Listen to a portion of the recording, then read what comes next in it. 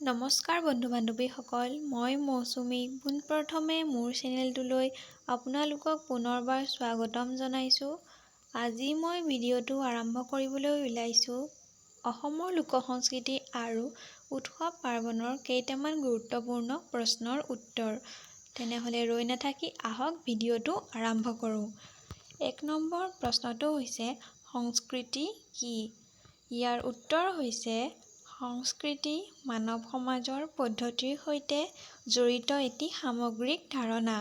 সংস্কৃতিয়ে জ্ঞান, বিশ্বাস, কলা, আইন, আচাৰ আদিৰ যোগেদি মানৱ সামগ্ৰিক জীৱনচৰ্যাক সামৰি লয়। ২ নম্বৰ প্ৰশ্নটো হৈছে জনৰীতি কি? ইয়াৰ উত্তৰ হৈছে একোখন সমাজত গতানুগতিকভাৱে যিবোৰ ৰীতি-নীতি প্ৰচলিত হৈ থাকে সেইবোৰকে জনৰীতি আখ্যা দিয়া হয়। ৩ নম্বৰ প্ৰশ্নটো হৈছে লৃগাং উৎসৱ কেতিয়া অনুষ্ঠিত হয়? ইয়াৰ উত্তৰ হৈছে ফাগুন মাহৰ প্ৰথম বুধবাৰে। ৪ নম্বৰ প্ৰশ্নটো হৈছে আলি আই লৃগাঙৰ ব্যুৎপত্তিগত অৰ্থ কি?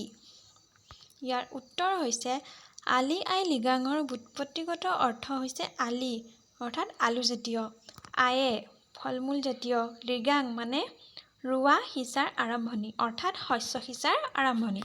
৫ নম্বৰ প্ৰশ্নটো হৈছে ডকমচ কি? ইয়াৰ উত্তৰ হৈছে চাহ জনগোষ্ঠীৰ মাজত প্ৰচলিত এক প্ৰণয়মূলক গীত। নেক্সট কুৱেশ্যন বৈশাগু কি? ইয়াৰ উত্তৰ হৈছে বৈশাগু বড়োসকলৰ প্ৰধান বসন্তকালীন কৃষি উৎসৱ। বৈশাগু গীতসমূহ প্ৰেম আৰু যৌৱনৰ অকৃত্ৰিম অভিব্যক্তিৰে পৰিপূৰ্ণ। ৭ নম্বৰ কুৱেশ্যনটোলৈ আহোঁ চাথাৰ নৃত্য কি? ইয়াৰ উত্তৰ হৈছে ৰাভা জনগোষ্ঠীৰ মাজত প্ৰচলিত প্ৰণয়মূলক নৃত্য। ইয়াৰ সৈতে সাধাৰণতে চাথাৰ গীত গোৱা হয়।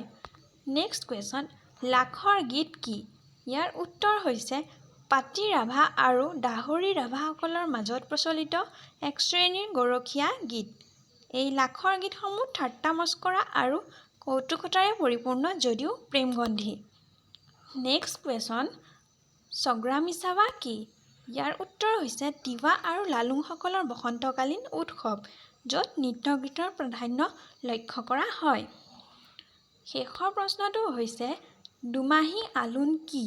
ইয়াৰ উত্তৰ হৈছে কাৰ্বিসকলৰ বসন্তকালীন নৃত্য-গীতৰ উৎসৱ।